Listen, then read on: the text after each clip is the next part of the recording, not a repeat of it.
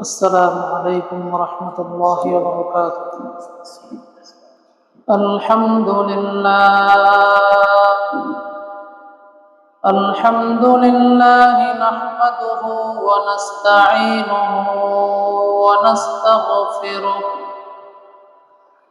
ونؤمن به ونتوكل عليه ونعوذ بالله من شرور أنفسنا ومن سيئات أعمالنا. من يهده الله فلا مضل له ومن يضلله فلا هادي له. ونشهد أن لا إله إلا الله وحده لا شريك له. ونشهد أن سيدنا وحبيبنا ومحبوبنا وأولانا ومولانا محمدا عبده ورسوله صلى الله تعالى عليه وعلى آله وأصحابه وبارك وسلم تسليما كثيرا كثيرا. أما بعد فأعوذ بالله من الشيطان الرجيم. بسم الله الرحمن الرحيم. وأتموا الحج والعمرة لله. وقال رسول الله صلى الله تعالى عليه وسلم: الحجاج والعمار وفد الله دعاهم فأجابوه وسألوه فأعطاهم، أو كما قال عليه الصلاة والسلام. صدق الله العظيم وصدق رسوله النبي الكريم، ونحن على ذلك لمن الشاهدين والشاكرين، والحمد لله رب العالمين. اللهم صل على محمد وعلى آل محمد كما صليت على إبراهيم وعلى آل إبراهيم إنك حميد مجيد.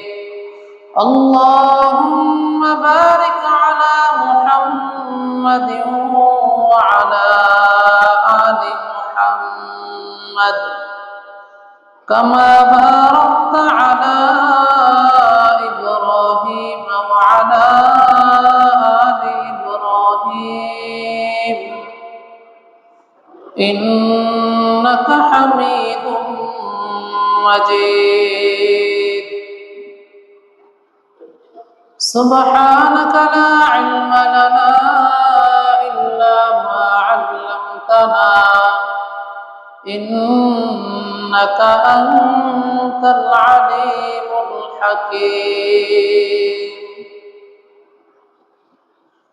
মহান আল্লাহ পাক রব্বুল আলামিনের দরবারে অসংখ্য গণিত শুকরিয়া জ্ঞাপন করছি এজন্য যে আল্লাহ রব্বুল ইজ্জত আমাকে আপনাকে দয়া করে মায়া করে মহব্বত করে সুস্থ রেখে পবিত্র জুমার দিনে জুমার নামাজ আদায়ের লক্ষ্যে মহল্লার বিভিন্ন জায়গা থেকে কিছু সময় হাতে নিয়ে আগে আগে মসজিদে আসার তৌফিক দান করেছেন। সেই সাথে কিছু দিনই কথাবার্তা, দিনই আলোচনা বলার ও শোনার তৌফিক দান করেছেন। এজন্য সকলেই দিন থেকে শুকরিয়া দান বলি আলহামদুলিল্লাহ। মহান আল্লাহ পাকের নিয়ামত পেয়ে যে ব্যক্তি নিয়ামতের শুকরিয়া আদায় করে, আল্লাহ পাক তার নিয়ামত আরো বাড়িয়ে দেন। সুবহানাল্লাহ। মুহতারাম হাজরিন, এ সপ্তাহে আমি আলোচনা করার ইচ্ছা করেছি উমরার গুরুত্ব এবং ফজিলত সম্পর্কে। আল্লাহ পাক যদি তৌফিক দান করেন তাহলে উক্ত বিষয়ের উপর সামান্য কিছু আলোকপাত করার চেষ্টা করব ইনশাআল্লাহ। আমরা সকলেই জানি ইসলামের অন্যতম একটি ফরজ বিধান হচ্ছে হজ, যা কিছুদিন পূর্বেই অতিবাহিত হয়েছে। হজ সারা বছরে একবারই করার সুযোগ এসে থাকে, আর উমরা আল্লাহ পাক এই আমলকে আমাদের জন্য সহজ করে দিয়েছেন। হজের দিনগুলো ছাড়া সারা বছরই উমরা করার সুযোগ রয়েছে। হজ এবং উমরা এই দুটি আমল আল্লাহ পাকের নিকট অত্যন্ত পছন্দনীয়। আর হজ এবং উমরার মৌলিক বিষয় ধরতে গেলে একই, সেটা হচ্ছে জিয়ারতে বাইতুল্লাহ, আল্লাহ পাকের বিশেষ ঘর কাবা ঘরের জিয়ারত। হজের মধ্যেও বাইতুল্লাহর জিয়ারতের আমল রয়েছে, উমরার মধ্যেও বাইতুল্লাহ জিয়ারতের আমল রয়েছে। হজের মধ্যে কিছু আমল বেশি, মিনা, আরাফা, মুজদালিফা এই সমস্ত জায়গায়ও কিছু আমল রয়েছে। উমরার ক্ষেত্রে যেমন শুধুমাত্র বাইতুল্লাহ শরীফের জিয়ারত আর সাফা মারওয়া সাই, এতটুকুর দ্বারাই মোটামুটি ভাবে উমরার কাজ সম্পূর্ণ হয়ে যায়।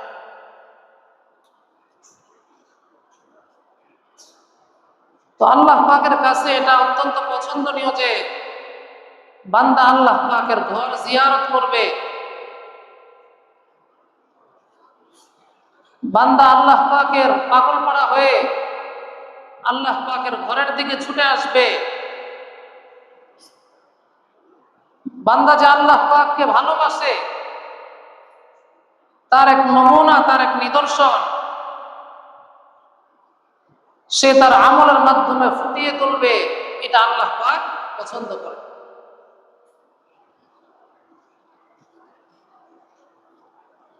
এজন্য হাদিস শরীফের মধ্যে আসছে, হাজী সাহেবগণ এবং উমরাকারীগণ আল্লাহ পাকের প্রতিনিধি দল। সুবহানাল্লাহ। যারা হজ করে এবং যারা উমরা করে তারা আল্লাহ পাকের প্রতিনিধি দল। আল্লাহ রাব্বুল ইজ্জত কুরআনুল কারীমের সূরা বাকারার মধ্যে হজ এবং উমরার গুরুত্ব এবং ফজিলত উল্লেখ করে বলেন, ওয়াতিমুল হজ্জ ওয়াল উমরাতা লিল্লাহ, ওয়াতিমুল হজ্জ ওয়াল উমরাতা লিল্লাহ। তোমরা আল্লাহর জন্য হজ এবং উমরাকে পূর্ণ করো। তাফসীরের কিতাবে উল্লেখ করা হয়েছে, কেউ যখন হজ অথবা উমরার ইহরাম বেঁধে ফেলবে তখন তার জন্য হজ অথবা উমরার কাজ সমাপন না করা পর্যন্ত ইহরাম খোলা জায়েজ হবে না। তবে কেউ যদি নিরুপায় হয়ে যায়, অর্থাৎ ইহরাম বাঁধার পর মক্কায় পৌঁছতে না পারে, মক্কায় পৌঁছা সম্ভব না হয়, তাহলে তার ব্যাপারটা ভিন্ন। কেননা খুদ নবী করিম সাল্লাল্লাহু আলাইহি ওয়াসাল্লাম এরূপ পরিস্থিতির সম্মুখীন হয়েছিলেন, অর্থাৎ ইহরাম বেঁধে মক্কার উদ্দেশ্যে রওনা করেছেন, পথিমধ্যে বাধাগ্রস্ত হয়ে গেছে। ঘটনাটি হলো ৬ষ্ঠ হিজরি সনে আল্লাহ রাসূল সাল্লাল্লাহু আলাইহি ওয়াসাল্লাম হযরত সাহাবায়ে কেরাম রাদিয়াল্লাহু তাআলা আনহুকে সাথে নিয়ে উমরার উদ্দেশ্যে মক্কা অভিমুখে রওনা করেন। আস্তে আস্তে যখন হুদাইবিয়া নামক স্থানে পৌঁছেন, তখন সেখানে মক্কার মুশরিকরা আল্লাহ রাসূল সাল্লাল্লাহু আলাইহি ওয়াসাল্লাম ও সাহাবায়ে কেরামকে আটকে দেয়, বাধা দিয়ে দেয়। তো নবীজি সাল্লাল্লাহু আলাইহি ওয়াসাল্লাম বাধাগ্রস্ত হওয়ার পর আর সামনের দিকে অগ্রসর হতে পারেননি। আর তখনই এই আয়াত নাজিল হয়। এই আয়াতে কারিমার মধ্যে এমন পরিস্থিতিতে এই সমাধান দেওয়া হয়েছে যে কেউ যদি এরূপ পরিস্থিতির সম্মুখীন হয়, তখন তার জন্য কমপক্ষে একটি ছাগল কোরবানি করতে হবে। সেই পশুটিকে কারো সঙ্গে মক্কায় পাঠিয়ে দিবে।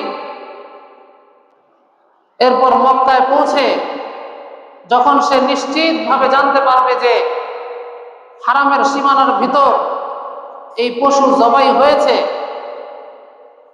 এই ব্যাপারটা যখন নিশ্চিত হবে, তখন সে মাথা মুন্ডন করবে, অর্থাৎ ইহরাম খুলে ফেলবে।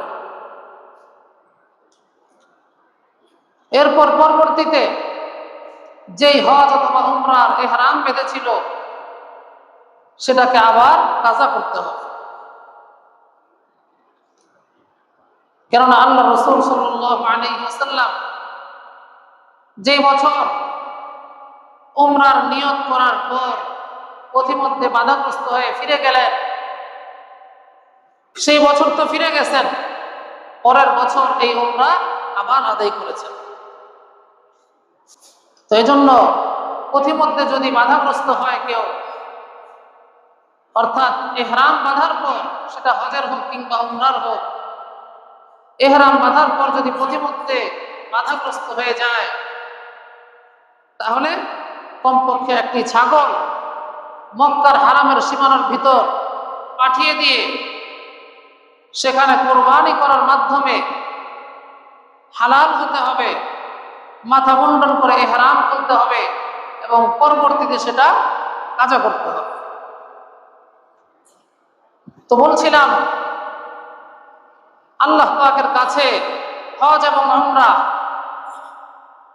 এক কথায় বাইতুল্লাহ শরীফের জিয়ারত, বান্দার পক্ষ থেকে আল্লাহ পাকের মহাব্বতের বহিঃপ্রকাশ, এর এক নমুনা আল্লাহ পাকের দরবারে পেশ করা, এটা আল্লাহ পাকের কাছে অত্যন্ত পছন্দনীয়। এজন্য হাদিস শরীফের মধ্যে হাজী সাহেব এবং উমরাকারীগণের গুরুত্ব এবং ফজিলত বর্ণনা করা হয়েছে। সহিহুল জামি' নামক কিতাবের মধ্যে এসেছে,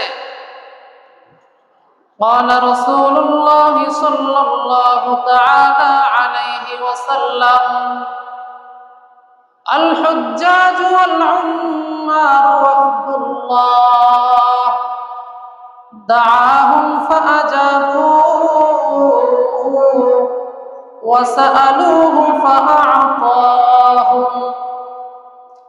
আল্লাহর রাসূল সাল্লাল্লাহু আলাইহি ওয়াসাল্লাম ইরশাদ করেন, হাজী সাহেবগণ এবং উমরাকারীগণ আল্লাহ পাকের প্রতিনিধি দল, তাদেরকে আল্লাহ রাব্বুল ইজ্জত দাওয়াত করেছেন, ইনভাইট করেছেন, আমন্ত্রণ জানিয়েছেন, আর তারা আল্লাহ রাব্বুল ইজ্জতের দাওয়াতে সাড়া দিয়ে আল্লাহ রাব্বুল ইজ্জতের ঘরে গিয়ে হাজির হয়ে গিয়েছে। সুবহানাল্লাহ। ওয়াসআলুহু ফাআতাহুম, তারা আল্লাহ রাব্বুল ইজ্জতের নিকট আবেদন জানিয়েছিল আল্লাহ রাব্বুল ইজ্জত যেন তাদেরকে আল্লাহ পাকের ঘরে কবুল করেন। আল্লাহ রাব্বুল ইজ্জত তাদের এই আবেদনকে কবুল করেছেন। সুবহানাল্লাহ। এমনি ভাবে তিরমিজি শরীফের বর্ণনায় এসেছে আল্লাহর রাসূল সাল্লাল্লাহু আলাইহি ওয়াসাল্লাম আরো ইরশাদ করেন, আল হুজ্জাজ ওয়াল উম্মার ওয়াফদুল্লাহ ইন দাউহু আজাবাহুম ওয়া ইন ইস্তাগফারুহু গফারা লাহুম। আল্লাহর রাসূল সাল্লাল্লাহু আলাইহি ওয়াসাল্লাম ইরশাদ করেন, হাজী সাহেবগণ এবং উমরাকারীগণ, আল্লাহ পাকের প্রতিনিধি দল, তারা যদি আল্লাহ রাব্বুল ইজ্জতের নিকট দোয়া করে আল্লাহ রাব্বুল ইজ্জত তাদের দোয়াকে কবুল করে থাকেন। সুবহানাল্লাহ। এমনি ভাবে তারা যদি আল্লাহ রাব্বুল ইজ্জতের নিকট ক্ষমা প্রার্থনা করে আল্লাহ রাব্বুল ইজ্জত তাদেরকে ক্ষমা করে দেন। সুবহানাল্লাহ। মুহতারাম হাজরিন, প্রথম হাদিসের দিকে লক্ষ্য করেন।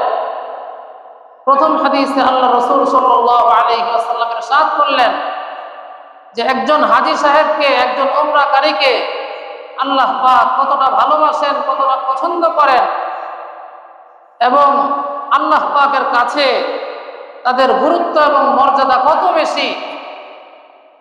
আল্লাহ পাক তাদেরকে দাওয়াত করে আল্লাহ পাকের ঘরে নিয়ে যান। সুবহানাল্লাহ। তার মানে বোঝা গেল টাকা থাকলেই হজ উমরা করা যায় না, টাকা থাকলেই বাইতুল্লাহ শরীফের জিয়ারত নসিব হয় না। আল্লাহর ঘরের জিয়ারত নসিব হওয়ার জন্য কপাল লাগে। কি লাগে? কপাল লাগে, নসিব লাগে, সৌভাগ্য লাগে। আল্লাহ পাক যাকে কবুল করেন সেই কেবল আল্লাহ পাকের ঘরে যেতে পারে। কারণ বান্দা তো নিজে নিজে যেতে পারে না,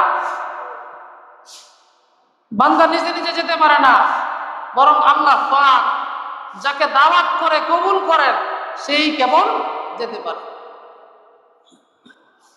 তো এই জন্য আমাদের যেটা করতে হবে, আমাদের সাধ্য সামর্থ্য থাকুক বা না থাকুক, আল্লাহ পাকের কাছে কায় মনোবাক্যে চাইতে হবে, আল্লাহ পাকের কাছে প্রার্থনা করতে হবে যে আল্লাহ পাক যেন তার ঘর জিয়ারতের জন্য আমাকে আপনাকে কবুল মঞ্জুর করেন। আল্লাহ পাক যখন আমার আপনার আবেদন কবুল করবেন তখন আল্লাহ পাক আমাকে আপনাকে আমন্ত্রণ জানিয়ে আল্লাহ পাকের ঘরে নিয়ে যাবেন। সুবহানাল্লাহ।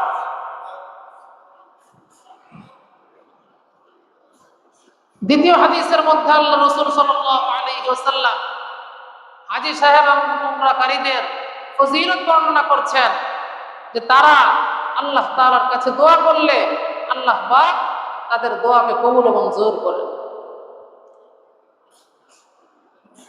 এজন্য আমরা হাজী সাহেবদের কাছে দোয়া চাই, ঠিক কিনা?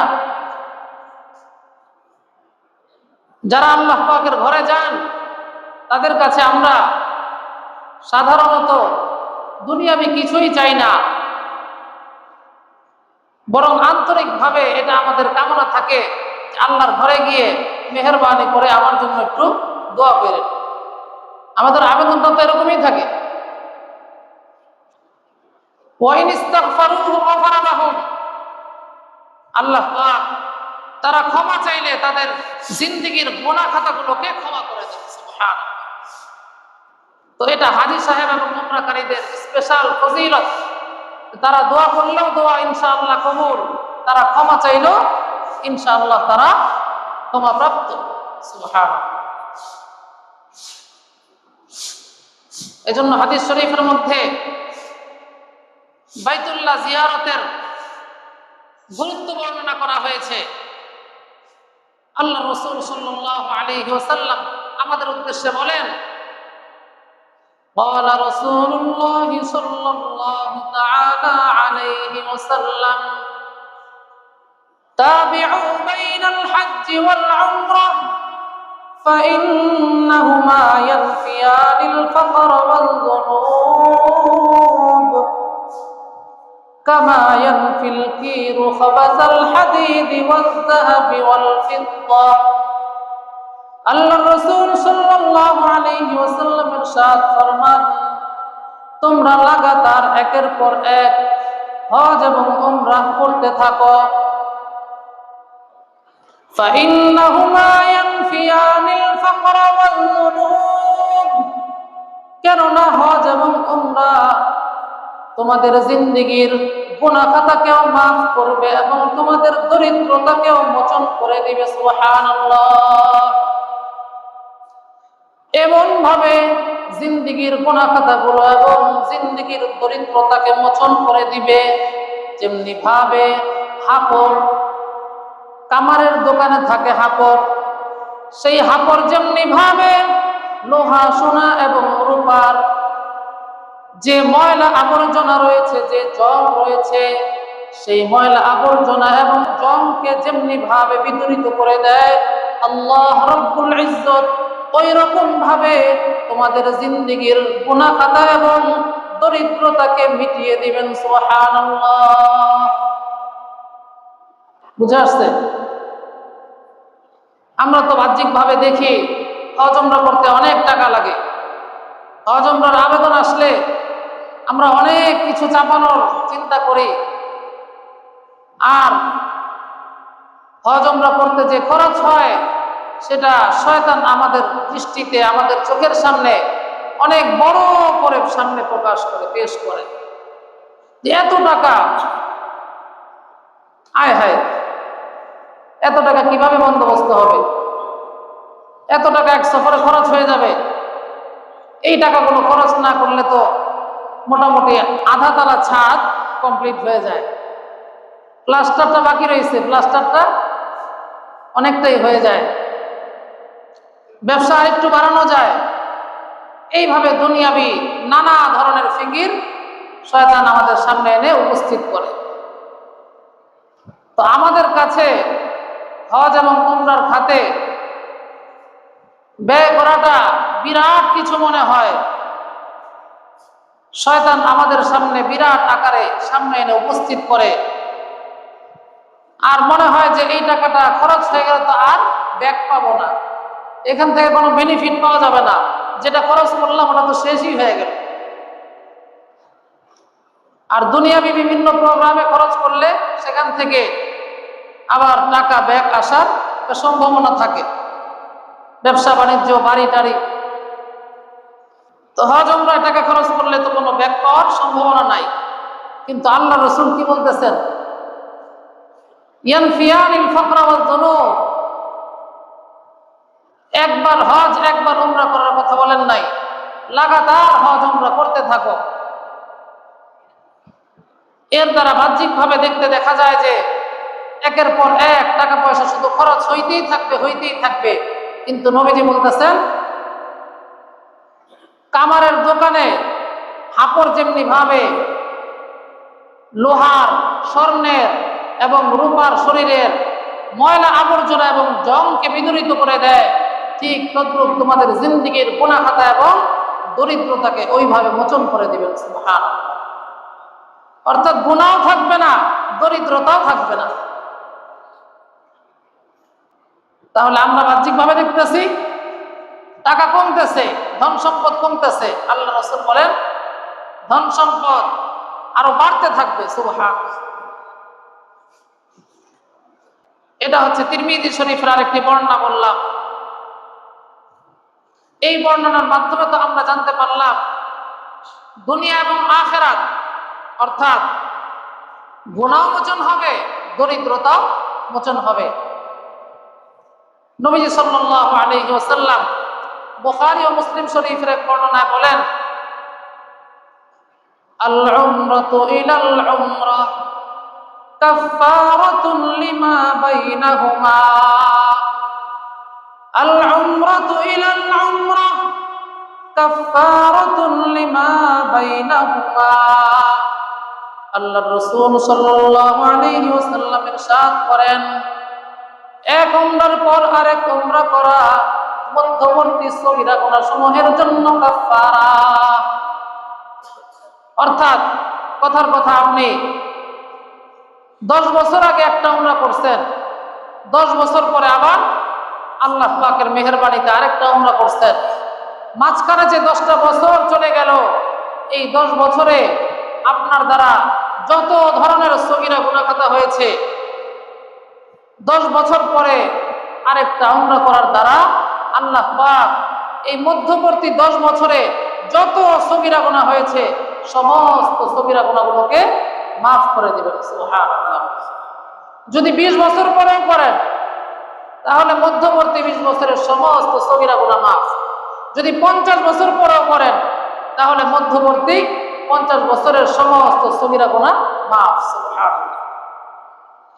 তো 2 উমরার মধ্যবর্তী সমস্ত সগীরা গুনাহ আল্লাহ পাক ক্ষমা করে দেন। এরপর আল্লাহ রাসূল সাল্লাল্লাহু আলাইহি ওয়াসাল্লাম এই উমরাটা যদি আমরা রমজান মাসে করি তাহলে এর ফজিলত কি পরিমাণ বেড়ে যায়। রাসূল পাক সাল্লাল্লাহু আলাইহি ওয়াসাল্লাম ইরশাদ ফরমান, বুখারী ও মুসলিম শরীফের বর্ণনা, উমরাতুন ফি রমাদান, উমরাতুন ফি রমাদান তা'দিলু হাজ্জা আও ক্বালা হাজ্জাতান মা'i। আল্লাহর রাসূল সাল্লাল্লাহু আলাইহি ওয়াসাল্লাম ইরশাদ ফরমান, রমজান মাসে একটি উমরা করা আমার সঙ্গে একটি হজ করার সমতুল্য। সুবহানাল্লাহ। এই ফজিলতের মোকাবেলায় আর কোন ফজিলত হইতে পারে? আল্লাহ রাসূলকে আমরা দেখি নাই। আল্লাহ রাসূল সাল্লাল্লাহু আলাইহি ওয়াসাল্লামের সঙ্গে হজ করতে পারা, উমরা করতে পারা, এটা কত বড় সৌভাগ্যের বিষয়। এই সৌভাগ্য তো কেবল সাহাবায়ে কেরামের নসিবেই ছিল। আমরা 1400-1500 বছর পরে এই সৌভাগ্যের তো কল্পনাও করতে পারি না। কিন্তু নবীজি সাল্লাল্লাহু আলাইহি ওয়াসাল্লাম কিয়ামত পর্যন্ত আনেওয়ালা উম্মতের জন্য এই সুযোগ খোলা রেখে গেছেন যে বান্দা যদি একটু কষ্ট করে রমজান মাসে একটা উমরা করে ফেলে তাহলে আল্লাহ পাক তার আমলনামায় আমার সঙ্গে হজ করলে যেই পরিমাণ সওয়াব হইতো ওই পরিমাণ আজর সওয়াব তার আমলনামায় দান করে দিবেন। সুবহানাল্লাহ। মুহতারাম হাজরিন, এতক্ষণ পর্যন্ত আমরা শুনছিলাম আম উমরার গুরুত্ব এবং ফজিলত সম্পর্কে। এবার আমরা আমাদের মা বোনদের জন্য একটা বিশেষ স্পেশাল বর্ণনা শুনব। হাদিস শরীফের মধ্যে এসেছে, ইবনে মাজাহ শরীফের বর্ণনা, আম্মা জান হযরত আয়েশা সিদ্দিকা রাদিয়াল্লাহু তাআলা আনহা থেকে বর্ণিত, তিনি বলেন, আমি একদা আল্লাহ রাসূল সাল্লাল্লাহু আলাইহি ওয়াসাল্লামকে জিজ্ঞেস করলাম, ইয়া রাসূলুল্লাহ, হে আল্লাহর রাসূল, নারীদের উপরও কি জিহাদের বিধান রয়েছে?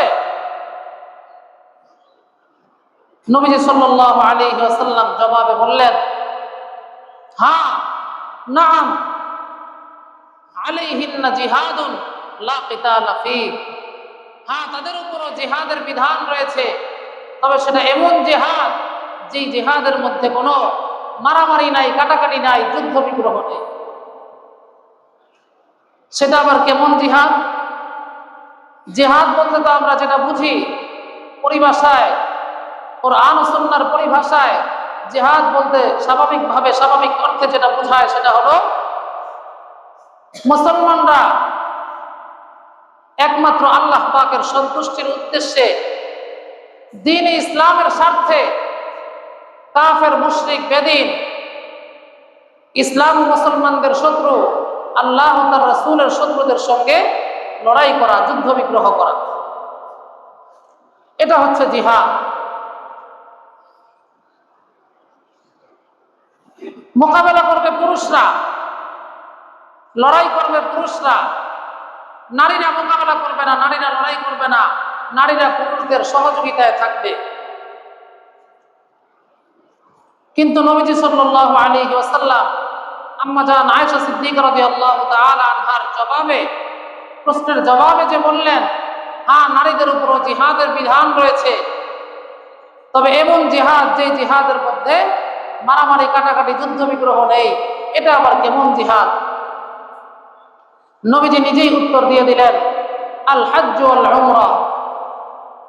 নারীদের উপর যে জিহাদের বিধান রয়েছে সেই জিহাদটা হলো হজ এবং উমরা। নারীরা হজ এবং উমরা করবে, এর দ্বারাই তাদের মাধ্যমে জিহাদের বিধান সম্পাদন হয়ে গেছে বলে সাব্যস্ত হবে। সুবহানাল্লাহ। এবার আসি হজ এবং উমরায় বাইতুল্লাহ শরীফের জিয়ারতে টাকা পয়সা তো খরচ হয়, কষ্ট হয়, তো দুটোই হাজী সাহেবদের জন্য কষ্টের বিষয় হয়ে দাঁড়ায়। অর্থাৎ হাজী সাহেবরা চিন্তা করেন যে টাকা দিয়ে হজে যাচ্ছি, টাকা দিয়ে উমরায় যাচ্ছি, কষ্ট করবো কেন? সবার মন মানসিকতা এক না। অনেকের ধারণা এরকম থাকে যে টাকা দিছি, কেমন যেন এজেন্সিকে কিনে ফেলছি, আমি তো ভাই প্যাকেজ কিনছি, এজেন্সিওয়ালা আপনার কাছে সার্ভিস বিক্রি করছেন। কিন্তু মনে রাখতে হবে, আমি কিন্তু আসলে দুনিয়াবি কোনো সফর করতেছি না, আর ওখানে আরাম আয়েশের জন্য যাচ্ছি না। হাদিসের মধ্যে আসছে, এটা আমার কথা না, নবীজি সাল্লাল্লাহু আলাইহি ওয়াসাল্লামের কথা, সফর মানেই হচ্ছে জাহান্নামের একটা টুকরা। আপনি যত হাই কোয়ালিটির বিমানেই যান না কেন, যখন আপনি সফর করতে গিয়ে এক প্রান্ত থেকে আরেক প্রান্তে পৌঁছবেন, আপনি যত ভালোভাবেই যান না কেন, হেলিকপ্টারে যান, বিমানে যান, আর রকেটে যান, সফর শেষে আপনার মধ্যে ক্লান্তি আসবেই আসবে। তো সফর মানেই কষ্ট, এটা নবীজির কথা। তো সফরে গেলে অনেক হাজী সাহেবের মন মানসিকতা ভিন্ন থাকে। আল্লাহ পাক আমাদের সবাইকে দুরুস্ত করে দেন। আবার কত টাকা খরচ হইতেছে এটাও খুব হিসাব নিকাশ করতে থাকেন। তো দুনিয়াবি কষ্ট, সেটা শারীরিক হোক আর আর্থিক হোক, শারীরিক হোক আর আর্থিক হোক, এগুলোর কষ্ট যেন কষ্ট মনে না হয়, এজন্য নবী সাল্লাল্লাহু আলাইহি ওয়াসাল্লাম নিজেই সমাধান দিয়ে দিয়েছেন। সহিহুল জামি' নামক কিতাবের বর্ণনা, আম্মা জান হযরত আয়েশা সিদ্দিকা রাদিয়াল্লাহু তাআলা আনহা থেকে বর্ণিত, তিনি বলেন, একদা আল্লাহর রাসূল সাল্লাল্লাহু আলাইহি ওয়াসাল্লাম আম্মা জানকে তার উমরার ক্ষেত্রে বললেন, ইন্না লাকি মিনাল আজরি আলা কদরি নাসবিকি ওয়া নাফাকাতিক। হে আয়েশা, তুমি তোমার উমরার মাধ্যমে, তোমার আমলের মাধ্যমে, তুমি যে হজ উমরা করতেছ, তোমার উমরার মাধ্যমে তুমি আল্লাহ পাকের পক্ষ থেকে ওই পরিমাণই আজর সওয়াবের আশা করতে পারো যেই পরিমাণ তুমি কষ্ট সহ্য করবে এবং যেই পরিমাণ তুমি টাকা পয়সা, অর্থ সম্পদ খরচ করবে। আলা কদরি নাসবিক ওয়া নাফাকাতিক, কষ্ট যেমন হবে আল্লাহ পাক তোমাকে মিষ্ট ওরকম দিবেন। তুমি যেমন টাকা পয়সা খরচ করবে আল্লাহ পাক তোমাকে ওই রকমই আজর সওয়াব দান করবেন। মুহতারাম হাজরিন, আমার যেটা বলা উদ্দেশ্য সেটা হলো আল্লাহর রাস্তায় খরচ করাকে জরিমানা মনে না করা। আল্লাহর রাস্তায় যত বেশি খরচ করব,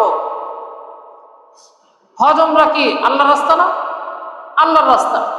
আল্লাহর রাস্তায় যত বেশি খরচ করব, নিজের জন্য খরচ করি, আরেক ভাইয়ের একরামের জন্য খরচ করি, মানুষের উপকারার্থে খরচ করি, এক কথায় কোনো হারাম পন্থায় না হয়ে হালাল পন্থায় যত বেশি খরচ করব, আল্লাহ পাক আমল নামায় তত বেশি আজর সওয়াব দান করবেন। সুবহানাল্লাহ। এমনি ভাবে অনাকাঙ্ক্ষিত যে সমস্ত কষ্ট চলে আসে সামনে, ওই সমস্ত কষ্টের ক্ষেত্রে জাজা ফাজা বেসবরি প্রকাশ না করা, সবরের পরিচয় দেওয়া, ধৈর্যের পরিচয় দেওয়া। তাহলে কি হবে? আল্লাহ পাক আমার এই সবরের মাধ্যমে, সবরের বিনিময়ে আমার আমল নামায় যত বেশি সবর করব তত বেশি আজর সওয়াব দান করব। সুবহানাল্লাহ। সময় শেষ হয়ে গেছে। যতটুকু কথা হলো আল্লাহ পাক আমাদের সবাইকে কথাগুলো অনুযায়ী আমল করার তৌফিক দান করুন।